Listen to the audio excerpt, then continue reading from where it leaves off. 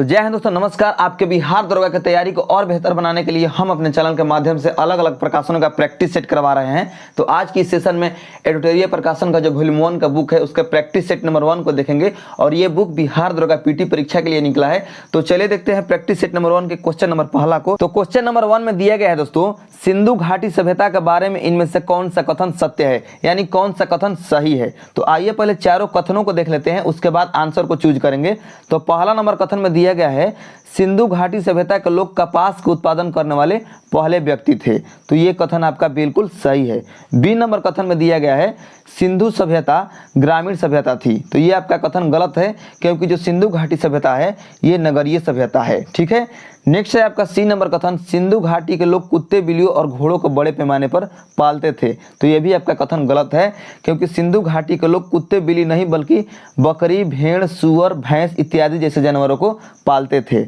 Next है D number कथन, यहाँ के लोग केवल चावल की खेती करते थे। तो ये भी आपका कथन गलत है, क्योंकि यहाँ के लोग केवल चावल की नहीं बल्कि चावल के साथ साथ गेहूं, जौ, बाजरा इत्यादि की भी खेती करते थे। तो इस प्रकार आपका सही उत्तर हो जाएगा ऑप्शन नंबर ए। नेक्स्ट है 2 नंबर क्वेश्चन। 2 नंबर क्वेश्चन में दिया गया है दोस्तों, जैन धर्म के त्रिरत्न में शामिल है। क्या क्या शामिल है जैन धर्म के त्रिरत्न में?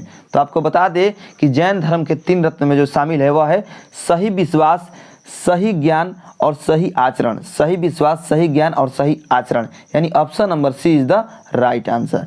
नेक्स्ट है 3 नंबर क्वेश्चन। 3 नंबर क्वेश्चन में दिया गया है दोस्तों, चोल अभिलेखों के अनुसार जैन संस्थानों को दान में दी जाने वाली भूमि को कहा जाता था। चोल अभिलेखों के अनुसार जैन संस्थानों को दान में दी जाने वाली भूमि को क्या कहा जाता था? तो पलिछांदम कहा जाता था, यानी ऑप्शन नंबर बी आपका सही उत्तर हो जाएगा। अब ब्राह्मदेय किसे कहा जाता था? तो ब्राह्मणों को दान में दी जाने वाली भूमि को ब्राह्मदेय कहा जाता था। अब सालाभोग किसे कहा जाता था? तो स्कूलों को दान में दी जाने वाली भूमि को सालाभोग कहा जाता था। और गैर ब्राह्मणों को दान में दी जाने वाली भूमि को बेलन बगाई कहा जाता था। तो इसको भी आप याद रखिएगा।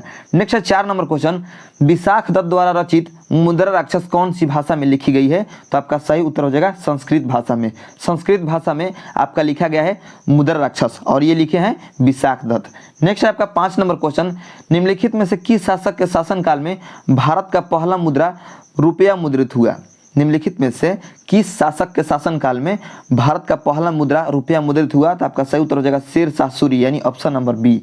नेक्स्ट है आपका 6 नंबर क्वेश्चन, निम्नलिखित में से किसके शासनकाल में मुगलों और मराठों के बीच द्वंद्व प्रारंभ हुआ, यानी युद्ध प्रारंभ हुआ? तो आपका सही उत्तर हो जाएगा औरंगजेब, यानी ऑप्शन नंबर डी। नेक्स्ट है आपका 7 नंबर क्वेश्चन, भारत में किस गवर्नर जनरल को स्थानीय स्वशासन का पिता कहा जाता है? तो आपका सही उत्तर हो जाएगा लॉर्ड रिपन को। लॉर्ड रिपन को भारत में स्थानीय स्वशासन का पिता कहा जाता है। नेक्स्ट आपका 8 नंबर क्वेश्चन, ब्रिटिश साम्राज्य में अवध का विलय हुआ था, कब हुआ था? तो वर्ष 1856 में हुआ था। वाजिद अली शाह से जो लॉर्ड डलहौजी है, कुशासन के आधार पर ब्रिटिश साम्राज्य में शासन मतलब जो सम्मिलित कर लिया था अवध को। ठीक है। नेक्स्ट 9 नंबर क्वेश्चन, निम्नलिखित में से किसने बंगाल के विभाजन के विरोध में हुए आंदोलन का नेतृत्व किया था? तो आपका सही उत्तर हो जाएगा सुरेंद्र नाथ बनर्जी, यानी option number A is the right answer. Next है 10 नंबर क्वेश्चन। 10 नंबर क्वेश्चन में दिया गया दोस्तों, किस व्यक्ति ने महात्मा गांधी को पहली बार राष्ट्रपिता कहकर संबोधित किया था? तो आपका सही उत्तर हो जाएगा सुभाष चंद्र बोस, यानी option number C is the right answer. Next है 11 नंबर क्वेश्चन, सत्यशोधक समाज की स्थापना कब हुई थी? तो आपका सही उत्तर हो जाएगा 1873 में ज्योतिबा फुले द्वारा। ठीक है। नेक्स्ट है 12 नंबर क्वेश्चन, अटला देवी मस्जिद का निर्माण किस शासक द्वारा किया गया था? अटला देवी मस्जिद का निर्माण किस शासक द्वारा किया गया था? तो आपका सही उत्तर हो जाएगा इब्राहिम शाह सरकी, यानी ऑप्शन नंबर बी आपका सही उत्तर हो जाएगा इब्राहिम शाह सरकी।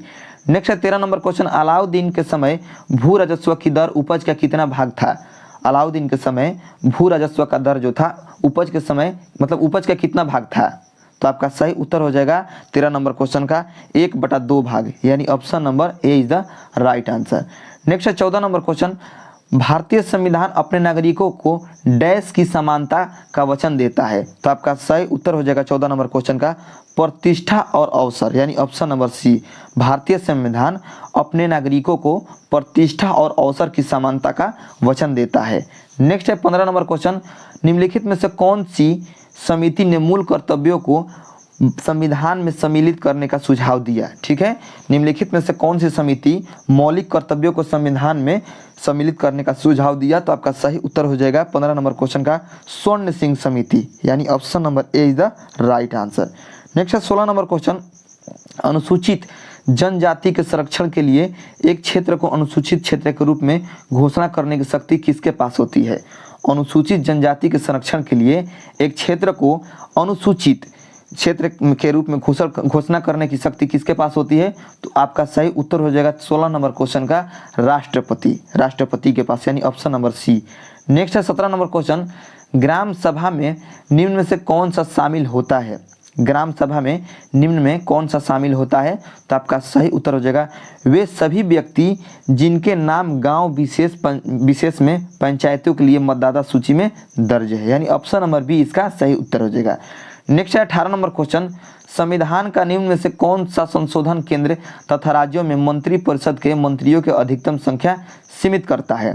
तो आपका सही उत्तर हो जाएगा 91वां संविधान संशोधन। ठीक है, 91वां संविधान संशोधन कह रहा है क्वेश्चन, संविधान का निम्न में से कौन सा संशोधन केंद्र तथा राज्यों में मंत्रिपरिषद के मंत्रियों की अधिकतम संख्या सीमित करता है? तो 91वां संविधान संशोधन। 91वां संविधान संशोधन कब हुआ था? तो 2003 में हुआ था। ठीक है, नेक्स्ट है आपका 19 नंबर क्वेश्चन। 19 नंबर क्वेश्चन में दिया है, निम्न में से कौन सा एक संवैधानिक संस्था नहीं है? निम्न में से कौन सा एक संवैधानिक संस्था नहीं है? तो यह है नीति आयोग, यानी option number D is the right answer. और आपको बता दें कि योजना आयोग के स्थान पर नीति आयोग का गठन 1 जनवरी 2015 को हुआ है। ठीक है, नेक्स्ट है 20 नंबर क्वेश्चन, 1946 में निर्मित अंतरिम सरकार में कार्यपालिका परिषद के उपसभापति कौन थे?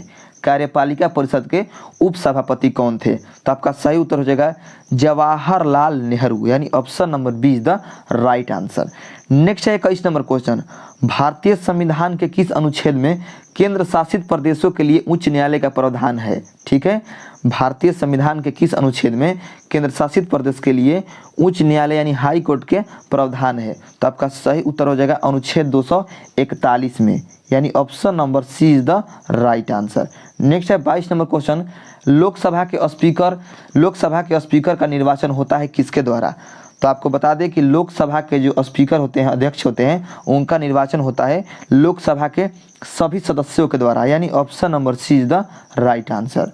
नेक्स्ट है आपका 23 नंबर क्वेश्चन, निम्नलिखित में से कौन से मामले उच्च न्यायालय यानी हाई कोर्ट और उच्चतम न्यायालय यानी सुप्रीम कोर्ट की आधिकारिकता में आते हैं? तो आपका सही उत्तर हो जाएगा मूल अधिकारों का प्रवर्तन, यानी option number C is the right answer. जो मौलिक अधिकारों का प्रवर्तन है ये हाई कोर्ट और सुप्रीम कोर्ट की अधिकारिता में आते हैं। नेक्स्ट है आपका 24 नंबर क्वेश्चन, स्वर्ण त्रिभुज एक विशिष्ट क्षेत्र है जो मादक द्रव्यों की तस्करी के लिए प्रसिद्ध है, निम्न में से कौन सा देश इस त्रिभुज का भाग नहीं है?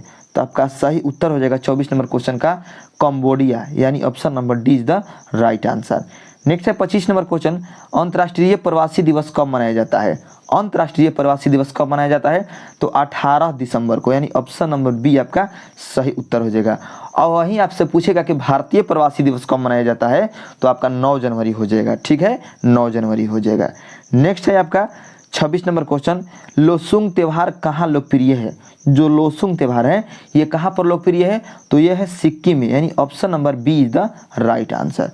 नेक्स्ट है 27 नंबर क्वेश्चन, यूनिक्स कप किस खेल से संबंधित है? जो यूनिक्स कप है ये किस खेल से संबंधित है? तो ये है दोस्तों बैडमिंटन से, यानी option number A is the right answer. Next है आपका 28 नंबर क्वेश्चन, सूरजताल झील किस राज्य में स्थित है? तो आपका सही उत्तर हो जाएगा 28 नंबर क्वेश्चन का हिमाचल प्रदेश में, यानी option number B is the right answer. Next है 29 नंबर क्वेश्चन। 29 नंबर क्वेश्चन में दिया गया है इकोसिस्टम की सही परिभाषा क्या है? इकोसिस्टम की सही परिभाषा क्या है? तो 2 ऑप्शन यहाँ पर दिया गया है, 2 ऑप्शन इधर है, इसको भी देख लेते हैं हम।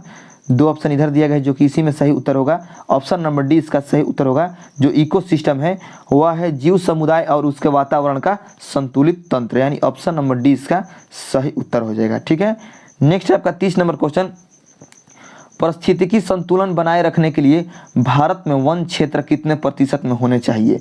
पारिस्थितिकी संतुलन बनाए रखने के लिए भारत में वन क्षेत्र कितने प्रतिशत होने चाहिए? तो आपका सही उत्तर हो जाएगा 33.33%, यानी option number D is the right answer. Next है 31 नंबर क्वेश्चन। 31 नंबर क्वेश्चन में दिया गया है दोस्तों, एपीफाइटस पौधे बहुत अधिक विकसित होने वाले पौधे हैं जो अन्य पौधे पर निर्भर रहते हैं, क्यों?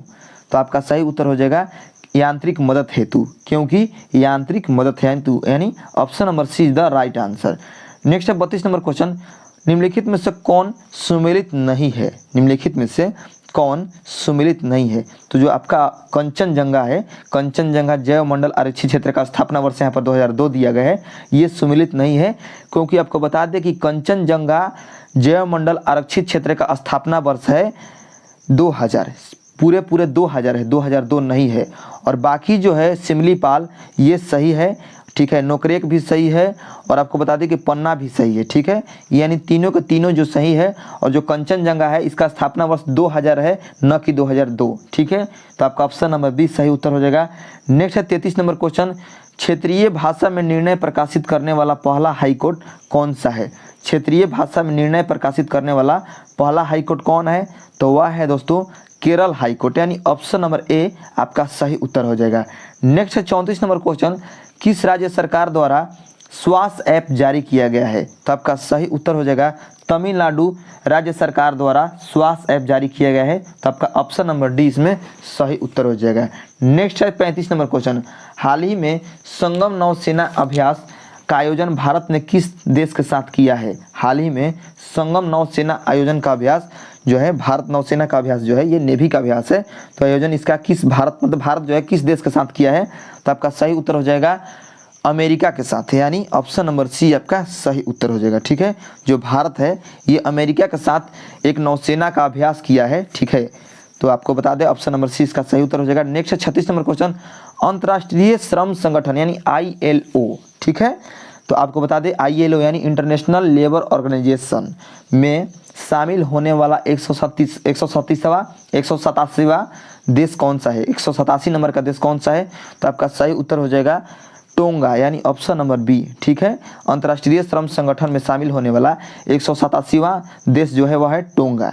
नेक्स्ट है 37 नंबर क्वेश्चन, विश्व हिंदी सम्मेलन 2023 की जिसका आयोजन फिजी में किया गया, इसमें भारत की तरफ से किसने प्रतिनिधित्व किया?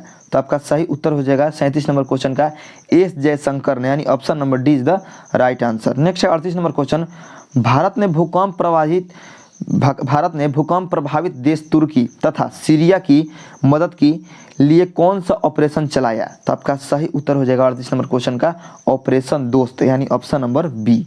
नेक्स्ट है 39 number question, global fire power index 2023 में कौन सा देश प्रथम स्थान पर है? तो आपका सही उत्तर हो जाएगा अमेरिका, यानी option number C is the right answer.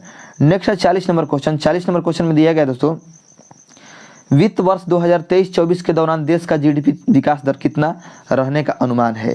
तो आपका सही उत्तर हो जाएगा 6 से 6.68%, 6 से लेकर 6.6 मतलब 6.8% तक, 6 से 6.8% तक जो है 2023-24 के दौरान देश का GDP विकास दर रहने का अनुमान है, ठीक है।